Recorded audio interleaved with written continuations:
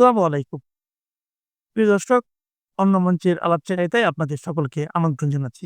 আওয়ামী লীগের পুনর্বাসনী ইন্ডিয়ার লক্ষ্য, এটি কোথা থেকে পেলাম? এটি আমার কথা নয়, এটি একজন বিশেষ ব্যক্তির কথা। ঠিক হুবহু এইভাবেই বলেননি। তিনি বলেছেন যে ফ্যাসিস্টের বিচার নয়, রাজনৈতিক পুনর্বাসনী ইন্ডিয়ার লক্ষ্য। এই তিনটা হচ্ছেন বাংলাদেশের সাবেক সেনাপ্রধান জেনারেল ইকবাল করিম ভূঁইয়া, যিনি 2012 জুন থেকে 2015 জুন পর্যন্ত বাংলাদেশের সেনাপ্রধান ছিলেন এবং তার আমলে বাংলাদেশে একটি বিতর্কিত নির্বাচন 2014 সালের 5ই জানুয়ারি একতরফা নির্বাচন, যে নির্বাচনে 154 জন বিনা প্রতিদ্বন্দ্বিতায় নির্বাচিত হয়েছিল। আজকে ইকবাল করিম ভূঁইয়া এমন কথা বলছেন, বলা যায় আওয়ামী লীগের বিরুদ্ধে তার যত অবস্থান তিনি নেমে পড়েছেন। পৃথিবীর সভ্য দেশে আমলা, সেটি সামরিক আমলা হোক বা বেসামরিক আমলা হোক, রাজনীতি নিয়ে বা কোনো দলের পক্ষে বিপক্ষে, সেটি অবসরপ্রাপ্ত হোক আর কর্মরত হোক, কর্মরত তো প্রশ্নই আসে না, অসভ্য দেশেও হয় না, কিন্তু সভ্য দেশেও আপনি ইন্ডিয়ার কোনো সামরিক কর্মকর্তা, অবসরপ্রাপ্ত সামরিক কর্মকর্তা খুঁজে পাবেন যে রাজনীতি নিয়ে এত কথা বলে? কিন্তু বাংলাদেশে সেটি সম্ভব, সব সম্ভবের দেশ এটি। যার কারণে ইকবাল করিম ভূঁইয়ারাও বলে যান নানান কথা। আজকে এই যে আওয়ামী লীগের ফ্যাসিস্ট হয়ে ওঠার পেছনে যদি একজন অন্যতম গুরুত্বপূর্ণ ভূমিকা পালনকারী বলতে গেলে বলা যায় যে ইকবাল করিম ভূঁইয়া। 2014 সালে যখন নির্বাচনটা হয়ে গিয়েছিল, তখন তিনি নির্বাচনে ফুল স্টপ টানেননি কেন? তিনি সামরিক অভ্যুত্থান করেননি কেন? সামরিক অভ্যুত্থান এটি একটা অবৈধ কর্ম, এটিকে সমর্থন করা যায় না। কিন্তু আজকে ইকবাল করিম ভূঁইয়া যেভাবে বলছেন, তাতে তিনি যে ভূমিকা পালন করতে পারেননি, জেনারেল ওয়াকারুজ্জামান শেখ হাসিনার আত্মীয় হয়েও বিদ্রোহ ঘোষণা করেছেন, তো সেই সরকারের বিপক্ষে অবস্থান নিয়েছেন। এখনকার দিনে অভ্যুত্থানের চেহারা তো পাল্টে গেছে। বিশেষ করে আমরা গত কয়েক দশক যাবৎ সরাসরি সেনা হস্তক্ষেপ বা সেনা শাসনের পরিবর্তে বাংলাদেশের প্রেক্ষাপটে কিন্তু সেনা অভ্যুত্থানটা ভিন্ন চিত্র। এরশাদ জামানার পর থেকে যদি বলেন, এরশাদ জামানা ছিল সর্বশেষ উর্দি পরা শাসন। এরপরে 2007 সালের 111 সরকার উর্দি ছাড়া পেছন থেকে সমর্থিত, কিংবা আজকে ঠিক অনেকদিন পরে, প্রায় 15.5 বছর পরে 2024-এর যে শাসন, ইউনূসীয় শাসন, সেটি উর্দি ছাড়া পেছন থেকে সেনা সমর্থিত শাসন। জেনারেল ওয়াকার যেটা করেছে সেটি কিন্তু ইকবাল করিম ভূঁইয়া করতে পারেননি। কিন্তু আজকে নানাভাবে এক রাজনৈতিক দলের বিপক্ষে কথা বলছেন ইকবাল করিম ভূঁইয়া। আজকে কয়েক ঘন্টা আগে তার সোশ্যাল মিডিয়ায় একটা ফেসবুকে স্ট্যাটাস দিয়েছেন। তিনি প্রায়শই ফেসবুকে লেখালেখি করেন এবং সেটি বেশ ভাইরাল হয়। একটু স্ট্যাটাসটা একটু পড়ে নিই, দেখে নিই, তারপরে আবার দু একটা কথা বলে আমরা আলাপটা শেষ করব। তিনি তার স্ট্যাটাসের শিরোনাম লিখেছেন, ফ্যাসিস্টদের সহযোগিতা থেকে কূটনৈতিক সংঘাত, ইন্ডিয়ার নীতি সংকট। তিনি বিস্তারিত লেখায় লিখেছেন, গত শুক্রবার 23শে জানুয়ারি দিল্লির ফরেন করেসপন্ডেন্টস ক্লাব আয়োজিত এক সংবাদ সম্মেলনে শেখ হাসিনার অডিও বক্তব্য প্রচার করা হয়। ইন্ডিয়ান সরকারের প্রত্যক্ষ মদদে সেখানে বাংলাদেশের স্বাধীনতা, সার্বভৌমত্ব ও গণতন্ত্র বিরোধী উস্কানিমূলক বক্তব্য দেওয়া হয়েছে। এই ঘটনা প্রমাণ করে শেখ হাসিনাকে আশ্রয় দিয়ে ইন্ডিয়া বাংলাদেশের নিরাপত্তা বিঘ্নিত করছে, যা আমাদের সার্বভৌমত্বের বিজেপি সরকারের নগ্ন হস্তক্ষেপ। এর ফলে দুই দেশের মধ্যে উত্তেজনা বাড়বে এবং ইতিমধ্যেই অবনতিশীল সম্পর্কটি আরও ক্ষতিগ্রস্ত হবে, যা কারো জন্যই মঙ্গলজনক নয়। উল্লেখ্য, ইন্ডিয়া 15 বছর ধরে ফ্যাসিস্ট দুঃশাসনের সহযোগী ছিল এবং শেখ হাসিনার প্রতি এখনও রাষ্ট্রীয় সমর্থন অব্যাহত রেখেছে। এই অন্যায় আচরণের বিরুদ্ধে বাংলাদেশের জনগণ রুখে দাঁড়াতে বাধ্য হবে। শেখ হাসিনা ও তার দল আওয়ামী লীগের সঙ্গে বাংলাদেশের জনগণের বিরোধের মূল বিষয় হলো ফাঁসিবাদী দুঃশাসন, হত্যাযজ্ঞ ও জাতীয় সম্পদ লুটপাটের বিচার ও শাস্তি নিশ্চিত করা। শীর্ষ অপরাধীদের বড় অংশই দেশ ছেড়ে পালিয়েছে, তাদের অনেকেই প্রতিবেশী দেশে আশ্রয় নিয়েছে, আর ইন্ডিয়াও তা অবারিতভাবে হতে দিয়েছে ও দিচ্ছে। চলমান বিচারিক প্রক্রিয়া সম্পন্ন হওয়ার পর আদালতের রায়ে নির্ধারিত শাস্তি নিষ্পন্ন বা বাস্তবায়ন শেষ হলেই কেবল আওয়ামী লীগের রাজনৈতিক অধিকার প্রশ্নে সিদ্ধান্ত হতে পারে, এর আগে নয়, এবং তা বাংলাদেশের মানুষ হতে দেবে না। আর সেই জায়গায় ইন্ডিয়া উল্টো কাজটাই করছে। তারা অপরাধ আড়াল করার অপচেষ্টা চালাচ্ছে, দায়ীদের আশ্রয় দিচ্ছে এবং বিচারের প্রশ্নটি এড়িয়ে এখনই অভিযুক্তদের রাজনৈতিক অধিকার ফিরিয়ে দেওয়ার জন্য বাংলাদেশ সরকারের ওপর চাপ দিচ্ছে। ৬৬ বছর আগে দালাই লামাকে আশ্রয় দিয়ে গণচীনের সঙ্গে বিরোধে জড়িয়ে ইন্ডিয়া আজও যে মূল্য দিচ্ছে তা থেকে তারা কোনো শিক্ষা নিয়েছে বলে মনে হয় না। শেখ হাসিনাকে আশ্রয় প্রশ্রয় দেওয়ার পরিণতিও দেশটিকে আরও বড় মূল্য দিতে বাধ্য করবে বলে আশঙ্কা করছি। যাই হোক, ইকবাল করিম ভূঁইয়ার এই স্ট্যাটাস আমি শুরুতেই বলেছি যে এটা বাংলাদেশ, এখানে সব সম্ভব। এখানে সামরিক, এমনকি কর্মরত সামরিক কর্মকর্তা বা বেসামরিক কর্মকর্তাও যদি এই ধরনের ফেসবুক স্ট্যাটাস দেয় সরকারের পক্ষে, সেই সরকারের পক্ষে থাকতে হবে, তাহলে এখানে বৈধ। ইকবাল করিম ভূঁইয়ারা তাই করে যাচ্ছেন। আজকে আমি শুরুতেই প্রশ্ন তুললাম যে ইকবাল করিম ভূঁইয়া আজকে প্রশ্ন তুলছেন, কিন্তু ২০১৪ সালে কেন ফুল স্টপ টানেননি? যেহেতু এই ধরনেরই দেশ, এখানে সেনাবাহিনী ক্ষমতায় হস্তক্ষেপ করতে পারে। আজ থেকে ২০ বছর পরে, ৫০ বছর পরেও হয়তো এটাই হবে। কারণ এই মাটিটা এমন, এভাবেই গড়ে উঠেছে। পাকিস্তানের দিকে দেখুন, পাকিস্তানের জন্ম থেকে পাকিস্তান জ্বলছে, আজকে বাংলাদেশও জ্বলছে। বাংলাদেশের জ্বলনি মনে হয়েছিল যে মাঝখানে বন্ধ হয়ে গেছে। ১৫ বছর যখন একটা রাজনৈতিক সরকার ছিল কিংবা হস্তক্ষেপ হয়নি, তখন মনে হলো যে না, বাংলাদেশ হয়তো রাজনীতি বাংলাদেশকে চালাবে। কিন্তু সেনাবাহিনী যে আবার চালাতে এলো সেটা ২৪-এ আরেকবার প্রমাণ হলো। যাই হোক, ইকবাল করিম ভূঁইয়া আসলে ঠিকই ধরেছেন। কারণ আওয়ামী লীগের বিচার বা ফ্যাসিস্টদের বিচার নয়, রাজনৈতিক পুনর্বাসনই ইন্ডিয়ার লক্ষ্য। কারণ ইন্ডিয়ার তো কারোর সাথে হতে হবে। আপনি ইকবাল করিম ভূঁইয়া ইন্ডিয়া বিরোধী, আপনার জামাত ইন্ডিয়া বিরোধী, আপনার বিএনপি ইন্ডিয়া বিরোধী, সাময়িক সময়ের জন্য বিরোধিতা করছে না। বিশেষ নেগোসিয়েশনে দেশে আসার কথা আছে যেহেতু বিএনপির বা বিএনপি নেতৃত্বের, সেহেতু করছে না। আপনি সবাই যদি বিরোধী হন এবং আপনি ইন্ডিয়ার পেটের মধ্যে বসেই বিরোধিতা করছেন, তাহলে ইন্ডিয়া কি করবে? আওয়ামী লীগকে পুনর্বাসন করতে চাইবে খুব স্বাভাবিকভাবে, এবং সেটাই চলছে। আপনি ঠিকই ধরেছেন। এবং আপনারা যে যত যাই বলুন না কেন, আওয়ামী লীগ পুনর্বাসিত হবে। আজ হোক, কাল হোক, না খুব দূরে যেতে হবে না। আজকে আওয়ামী লীগ ছাড়া দেশের অবস্থা কেমন, আপনি বাস্তবতা নিয়ে পরিসংখ্যান টু পরিসংখ্যান যদি চিন্তা করেন যে আওয়ামী লীগের আমলে দেশটা কোথায় ছিল, কেমন ছিল, আজকে কেমন আছে, এই পরিসংখ্যান নিয়ে বাস্তবতা বিশ্লেষণ করলে ইকবাল করিম ভূঁইয়া একথা বলবেন না। আওয়ামী লীগের দোষী লোক থাকতে পারে, দোষী তো আপনিও করেছেন, আপনিও তো এর অংশীদার। এভাবে যদি চলে, সেনা কর্মকর্তাদের বিচার হচ্ছে কিন্তু ট্রাইব্যুনালে। আমরা ধারণা করি যে এইভাবে যদি দীর্ঘস্থায়ীভাবে চলে, সেই সময় আওয়ামী লীগ আমলের যত সেনাপ্রধান ছিলেন প্রত্যেকে বিচারের আওতায় আসবেন। প্রত্যেকে আওয়ামী লীগ আমলের নিয়োগপ্রাপ্ত যতগুলো সেনাপ্রধান ছিলেন, কারণ আপনাদেরও দায় আছে। আপনাদের দায় কিভাবে, এই যে সেনা হস্তক্ষেপ আমরা সমর্থন করি না, অবৈধ কাজ, কিন্তু দেশকে সঠিক পথে চালানোর জন্য তো আপনাদের একটা ভূমিকা থাকতে পারত। আপনি রাজনৈতিক সরকারকে অভ্যুত্থান করার দরকার নেই, একটু বুঝিয়ে বলতে পারতেন যে এভাবে না চলে এভাবে চলুন, কিন্তু বলেছেন। ১৪ সালের নির্বাচন, ২৪ পর্যন্ত ১০ বছর চলে গেল, এবং এই ১৪ সালের নির্বাচন থেকে যদি ১৪ সাল পর্যন্ত অপকর্ম তেমন হয়নি। ১৪ সালে যখন অপকর্মটা হলো, একপাক্ষিক নির্বাচন হয়ে গেল, বিনা প্রতিদ্বন্দ্বিতায় ১৫৪ জন নির্বাচিত হলো, তখন কিন্তু আত্মবিশ্বাস আরো বেড়ে গেল এবং ২৪ পর্যন্ত এটি টেনে গেল। এর দায় কিন্তু আপনাদেরও। কাজেই আর একজনের উপর দায় চাপাচ্ছেন, নিজে দায় এড়াতে পারবেন না।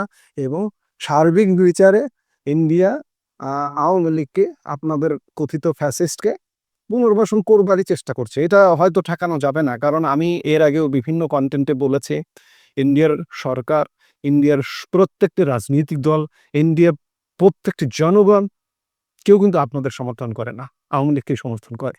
কাজে আওয়ামী লীগ পুনর্বাসিত হবে, এটি হচ্ছে দিনের আলোর মতো সত্য। আপনারা যে কথাই বলুন না কেন, হয়তো আওয়ামী লীগকে থামিয়ে রাখতে পারবেন না। আজকে আওয়ামী লীগকে এত দোষ দিচ্ছেন, দোষারোপ করছেন, আপনারা কি বিএনপিকে কি ধোয়ার তুলসী পাতা মানেন? বিএনপির অপকর্ম নেই? বিএনপি শাসন আমলের ১-৬ জামাতের অপকর্ম নেই? জামাতের এই বাংলাদেশের জন্ম থেকেই তো অপকর্ম, যুদ্ধাপরাধী দেওয়া একটি জামাত। সবকিছুকে ধোয়া তুলসী পাতা বলে আওয়ামী লীগকে সব দায় দিচ্ছেন, দোষ দিচ্ছেন। বারবার বলছি যে আওয়ামী লীগের কিছু লোক দোষী, দায়ী থাকতে পারে, বাবা বাদ থাকুক, তারা বিচারের আওতায় আসুক, আমরা সাধারণ জনগণও মনে করি। কিন্তু পুরো একটা দল আওয়ামী লীগ নিষিদ্ধ, তাতে তুষ ছেটাচ্ছেন, উল্টো বলছেন যে রাজনৈতিক পুনর্বাসনে ইন্ডিয়ার লোক। প্রিয় দর্শক, নির্বাচনে ভোট নিয়ে যখন আলোচনা হয়, কে জিতবে কে হারবে এটা নিয়ে যখন আলোচনা হয়, তখন পাশাপাশি কিন্তু একটা আলোচনা আমি ইদানিং শুনতেই পাচ্ছি। সেটা হলো এবারে নির্বাচনে মূল ইস্যুটা কি, মানে কিসের ভিত্তিতে মানুষ ভোট দিবে? প্রতিশ্রুতির ভিত্তিতে? মানুষ কোন প্রতিশ্রুতিটা শুনতে চায়? মানে আপনি এমন একটা প্রতিশ্রুতি দিলেন যে চাউলের দাম 10 টাকা হয়ে যাবে, যেটা নাকি শেখ হাসিনা একবার দিয়েছিলেন। আপনি প্রতিশ্রুতি দিলেন সবার বাসায় প্রয়োজনীয় খাদ্য সামগ্রী পৌঁছে যাবে, যেটা বাস্তবায়ন করা কোনো সরকারের পক্ষে সম্ভব কিনা আমি জানি না। আপনি প্রতিশ্রুতি দিলেন সবাই বিদ্যুৎ ফ্রি পাবেন, এর চেয়ে ভালো কিছু আছে? এই যে ভালো কিছু নাই। কিন্তু কথা হলো এগুলো কি বাস্তবায়ন করা সম্ভব কিনা? এগুলোর পেছনে কত টাকা লাগবে? যত টাকা লাগবে তত টাকা এই সরকার সংগ্রহ করতে পারবে কিনা? বেতন বাড়ানোর প্রতিশ্রুতি দেওয়া হয়েছে, এবার অল পে কমিশন ঘোষণা করা হয়েছে। সবার সরকারি কর্মচারীদের বেতন ডাবল হয়ে গেছে। আগামীতে যে সরকার আসবে তারা কি সেই টাকাটা সংস্থান করতে পারবে? কোত্থেকে দেবে এই টাকা? কাজেই যে সমস্ত প্রতিশ্রুতির পেছনে অর্থের একটা সম্পর্ক আছে, সেগুলো নিয়ে বেশি আশাবাদী না হওয়াই ভালো। আমি বলব যেগুলির পেছনে অর্থের কোনো সরাসরি অর্থ বিনিয়োগের অথবা অর্থ সংগ্রহের অথবা অর্থ প্রদানের কোনো সম্পর্ক নাই, তেমন দু একটা ঘটনা বলি, যেগুলো নাকি আমাদের সাধারণ মানুষরা অর্থাৎ সাধারণ ভোটাররা সরকারের কাছ থেকে পেতে চায়। এখন সরকারে কে যাবে আমরা জানি না।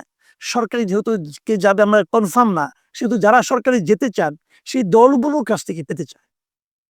সেগুলো যদি আমরা একটা তালিকা করি, আমরা বিভিন্ন সময় তালিকাগুলো তুলে ধরবো। আমি প্রথম যে বিষয়টা আছে আমার তালিকায় সেটা বলি। সেটা হচ্ছে দুর্নীতি। আমি দুর্নীতির অবসান চাই এবং আমার ধারণা দেশের প্রত্যেকটা মানুষ এই দুর্নীতি, ঘুষ, দুর্নীতি, উৎকোচ, স্বজনপ্রীতি এগুলোর হাত থেকে মুক্তি চায়। আমরা স্বাধীনতার পর থেকে, আমি আবারও বলছি, স্বাধীনতার পর থেকে এ পর্যন্ত এই দেশে যে বিষ বৃক্ষ আমাদের সমাজকে ধ্বংস করে দিয়েছে সেটা দুর্নীতি। কোন সরকারের আমলেই দুর্নীতি একেবারে বন্ধ করা সম্ভব হয়নি। বন্ধ মানে কি? বন্ধের কাছাকাছিও নেওয়া যায়নি। দুর্নীতি যে মাত্রা, সেই মাত্রা যদি ১০০% হয়, ৫০% নিচেও কেউ নামাতে পারেনি। এটাই বাস্তবতা, এটাই রিয়েলিটি। সেই বঙ্গবন্ধু শেখ মুজিবের আমল থেকে উনি কিন্তু দুর্নীতির বিরুদ্ধে অনেক কথা বলেছেন। আবার ওনার সরকার দুর্নীতিকে প্রশ্রয়ও দিয়েছে। আমরা পরবর্তীতে বিভিন্ন সরকার প্রধানের মুখে শুনেছি দুর্নীতির বিরুদ্ধে জিরো টলারেন্স, এবং দেখা গেছে ওনার আশেপাশে যারা আছেন তারাই দুর্নীতিতে এক একজন চ্যাম্পিয়ন হয়ে গেছেন। এগুলো আমরা দেখেছি। আমরা আর দুর্নীতি চাই না। দেখেন, আমি নিজেও মনে করি আমি অনেক নাগরিকের সঙ্গে আলাপ করেছি, অনেকের সঙ্গে কথা বলেছি। আমি কিন্তু এখনো আপনারা যারা আমাকে চিনেন জানেন, তারা জানেন আমি কিন্তু এখনো রাস্তা দিয়ে ফুটপাত দিয়ে হাঁটি। প্রচুর হাঁটি আমি। আমি ফুটপাতের ক্ষুদ্র ব্যবসায়ীদের জিজ্ঞাসা করেছি তারা কি চায়। অনেকের সঙ্গে আবার এমনিও মানে টুকটাক কেনাকাটা করতে গেলে আমি জিজ্ঞাসা করি, আলোচনা করি। ফুটপাতের ব্যবসায়ীদের বক্তব্য হলো ফুটপাতে বসতে তাদের, আমি যে রেটগুলো পেয়েছি, প্রতিদিন ২০০ থেকে ৩০০, ৪০০ টাকা পর্যন্ত ফুটপাতের এই ক্ষুদ্র ব্যবসায়ীদের চাঁদা দিতে হয়। এই চাঁদা কে নেয়?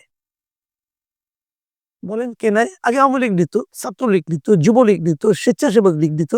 এখন কে নেয়? এই চাঁদার শেয়ার কোথায় কোথায় যায়? কে না জানে? যেকোনো একটা র‍্যান্ডম একটা ব্যবসায়ীকে ডেকে জিজ্ঞাসা করেন। কারওয়ান বাজারে যান। কারওয়ান বাজারে যারা কাঁচা ব্যবসায়ী আছে তাদের জিজ্ঞাসা করেন, আপনাদেরকে চাঁদা দিতে হয় কিনা? জিজ্ঞাসা করেন, দেখেন সবাইকে চাঁদা দিতে হয়। কাকে দেয়? সে বলবে, আপনাকে নাম বলবে। সে লোকটা কে? সে লোকটার বড় ভাই কে? আপনি জানেন। খোঁজ দেন। পুলিশ জানে, সরকার জানে, রাজনৈতিক দলগুলো জানে। থামান না কেন? আপনারাই তো নির্বাচনে জয়ী হতে চান। থামান না কেন? একটা কাঁচামাল ধরেন আপনি একটা সবজি, সেটা বগুড়া থেকে ঢাকায় আসবে। আসতে, আসতে কত জায়গায় সেই সবজির ট্রাককে থামানো হয় এবং চাঁদা নেওয়া হয়।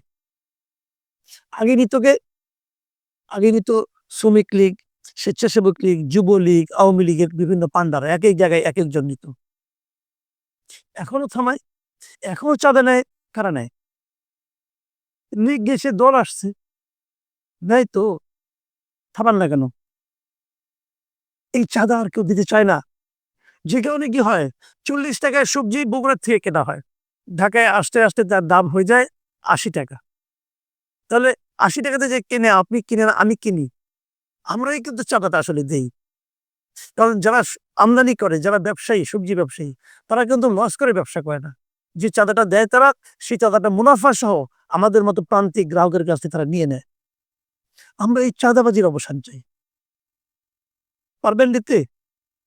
তারাই তো আমার বলেছেন দুর্নীতির টুটি চেপে ধরা হবে, শুনে আশাবাদী হয়েছে। পারবেন? বলেছেন, বলা সহজ, করে দেখান, এখনই করে দেখান। দেশে যত চাঁদাবাজি হয়, আমি যদি রাজনৈতিক দলের কথা বলি, রাজনৈতিক দলের যত চাঁদাবাজি হয়, আমি নিশ্চিতভাবে বলতে পারি, আপনিও খোঁজ খবর দিয়ে দেখেন, তার বেশিরভাগ করে বিএনপি, তার অঙ্গ সংগঠন অথবা বিএনপির নামধারী ব্যক্তিরা। খোঁজ দেন, থামান, থামিয়ে দেখান যে আপনি টুটি চেপে ধরতে পারেন। তোমার তো মুখের কথা থাকবে। এবং এটা আপনাকে ডুবাবে, আমি বললাম ইলেকশন এটা ফ্যাক্টর হয়ে দাঁড়াবে, আগামী নির্বাচনে এটাই ফ্যাক্টর হয়ে দাঁড়াবে। বিভিন্ন উপজেলা পর্যায়ে যান, জেলা পর্যায়ে যান, আওয়ামী আগে সমস্ত ব্যবসা বাণিজ্য আওয়ামী লীগের দখলে ছিল। জাস্ট একটু তাকিয়ে দেখেন তো, সেই ব্যবসাগুলি কোথায় চলে গেছে, কাদের দখলে গেছে, তো তাকিয়ে দেখেন। যারা দখলে নিয়েছে তারা কি ব্যবসার মালিক ছিল? কি করে তারা ব্যবসাগুলি দখল করলো? এগুলো কিন্তু আমি, আপনি, আপনি হয়তো, আমি একভাবে দেখি, আমি আরেকভাবে দেখি, কিন্তু ওই এলাকার মানুষ তারা তো সবাই জানে যে এই ব্যবসাটা আগে এবুকের ছিল, এখন এই ব্যবসাটা তার কাছে চলে গেছে। যার কাছে গেছে তার দলীয় পরিচয় তারা জানে। এটাই নির্বাচনে আগামীতে পার্থক্যটা করে দেবে। এই বিষয়গুলো পার্থক্য করে দেবে। যেগুলো আপনি রাস্তায় যান, যানজট হয়, আপনি দেখেন রাস্তায় অবৈধ পার্কিং আছে কিনা? আছে। রাস্তা জুড়ে অবৈধ পার্কিং আছে। রাস্তা বলে সার্বক্ষণিক সিটি কর্পোরেশন থামায় না কেন? কে চাঁদা নেয়? সিটি কর্পোরেশন নেয়? পুলিশ নেয়? কে নেয়? ট্রাফিক নেয়? নেয়। থামায় না কেন? এইটা যে থামাতে পারবে, মানুষ তাকে ভোট দিবে। এবং সেই থামানোর নমুনাটা যে দেখাতে পারবে, দেখাতে হবে নমুনাটা, যে আমি দেখাচ্ছি, যে দেখাতে পারবে, মানুষ যাকে মনে করবে যে এই লোকটা ক্ষমতায় গেলে এটা থামাতে পারবে, তাকেই মানুষ ভোট দিবে। এটাই রিয়েলিটি। আমি মাঠ পর্যায়ে ঘুরেছি, অনেকের সঙ্গে কথা বলেছি। আমি যেটা বললাম এটা আমার ব্যক্তিগত অভিজ্ঞতা থেকে বললাম। আপনারা আলাপ করে দেখেন, নিজেদের চামচাদের সঙ্গে আলাপ করেন না। আপনার আশেপাশে যারা আছে তারা আপনাকে খুশি করার জন্য কথা বলে। আমি এটা তারেক রহমানকে বলছি, আমি ডাক্তার শফিকুর রহমানকে বলছি। আপনাদের আশেপাশে আপনারা যাদের সঙ্গে কথা বলেন, তারা আপনাদেরকে খুশি করার জন্য কথা বলে। মানুষের কাছে যান, খবর নেন। প্রত্যন্ত অঞ্চলের খবর পাওয়া কঠিন ব্যাপার না। পত্র-পত্রিকাগুলি দেখেন, তাও হবে। পত্র-পত্রিকা খুলে আমরা তো সাধারণত ফ্রন্ট পেজ দেখি, ফ্রন্ট পেজ না, ভেতরের পেজ দেখেন, দেশের খবর দেখেন। ওখানে দেখতে পাবেন চাঁদাবাজি কোথায় হচ্ছে, দেখতে পাবেন অন্তর্দলীয় কোন্দল কোথায় হচ্ছে, অন্তর্দলীয় কোন্দল কি নিয়ে হচ্ছে, দখল দায়িত্ব নিয়ে হচ্ছে, চাঁদাবাজি নিয়ে হচ্ছে। হচ্ছে দেখুন, নির্বাচনে একটা কথা উঠেছে, সেটা হলো যে ঋণ খেলাপিদের কাউকে কাউকে ছাড়া হচ্ছে, কাউকে কাউকে ছাড়া হচ্ছে না। ঋণ খেলাপির প্রশ্নও তো উঠেছে। তার মানে কি ভদ্রলোকেরা নিয়েছেন, হয়তো সামান্য একটা দিয়ে রিসিডিউল করে মোটামুটি একটা জায়গায় আসছেন। আপনি তো আইনের ফাঁক দিয়ে ঢুকে গেলেন, কিন্তু আসলে কি আপনার লোক ভালো? আসলে তো আপনার মতলব টাকা মেরে দেওয়া। মেরে দেওয়া নয় কি? মেরে দাও, স্ট্রেট কথা। আমি উভয় দলকে বলবো, যাদের এরকম ব্যবসায়ী প্রার্থী আছে তাদেরকে বলেন নির্বাচনে বিজয়ী হওয়ার 6 মাসের মধ্যে পুরো ঋণ শোধ করতে হবে। এই খেলাপি মেলাপি রিসিডিউলের মধ্যে থাকলে হবে না। এই তাই করে গেলে ব্যাংক লুট করবেন, এটা চলবে না। ব্যাংক লুটেরাদের এই দেশের মানুষ আর ভরসা করতে পারে না। যারা মিথ্যা হলফনামা দিয়ে নির্বাচনে যাচ্ছেন, তাদের উপর সতর্ক হন। মিথ্যাবাদীদের এই জাতি ঘৃণা করতে চায়। মিথ্যাবাদীদের নিয়ে দল গড়েন না। ঋণ খেলাপিদের নিয়ে দল করেন না, ঋণ খেলাপিদের এমপি বানায়েন না। আপনি কি করবেন জানি না, মনোনয়ন কে কেউ দিয়েছেন, কার সঙ্গে কি সম্পর্কের আপনাদের ব্যাপার। জনগণ দেখবেন ঠিকই সিদ্ধান্ত নেবে, জনগণ ঠিকই সিদ্ধান্ত নেবে। কে ব্যবসা করে আর কে ব্যবসা করে না, কে ব্যবসা নামে লুটপাট করে আর কে ব্যবসা নামে মানুষের সেবা করে, এগুলো মানুষ জানে। হয়তো আপনাদের চোখে ঠুলি পরিয়ে দেওয়া হয়, আপনার আশেপাশে যারা থাকে তারা হয়তো আপনাদেরকে ভুল ইনফরমেশন দেয়, কিন্তু প্রকৃত সত্যটা মানুষ জানে। মানুষ সেভাবেই কিন্তু এবার ভোট দেবে। আমি মনে করি কেবল নির্বাচনটা না, নির্বাচন পার হওয়ার পর, নির্বাচনটা হয়ে যাওয়ার পর একটা চ্যালেঞ্জ থাকবে। যারা নির্বাচিত হবেন, যারা সরকার গঠন করবেন, তাদের কাছে আমার রিকোয়েস্ট, এমনভাবে দুদককে পুনর্গঠন করেন যেন সরকারি দলের এমপিদেরকে, তারা সরকারি দলের লোককে এবং চাকরিরত সচিব প্রচিবদের পর্যন্ত দুর্নীতি তারা একটা তাদের বিরুদ্ধে মামলা করতে পারে, বিচার করতে পারে। যে এমনভাবে দুদককে গঠন করতে পারেন, তাহলে কেবল দুর্নীতি কমবে। আর তা না হলে দুর্নীতি থেকে যাবে। দুর্নীতি যতদিন থাকবে ততদিন পর্যন্ত সাধারণ মানুষের অবিশ্বাস রাজনৈতিক নেতৃবৃন্দের প্রতি, রাজনৈতিক দলের প্রতি থাকবে। এবং আমার ধারণা দুর্নীতিটাই এবারের নির্বাচন, আসন্ন নির্বাচনে একটা বড় ফ্যাক্টর।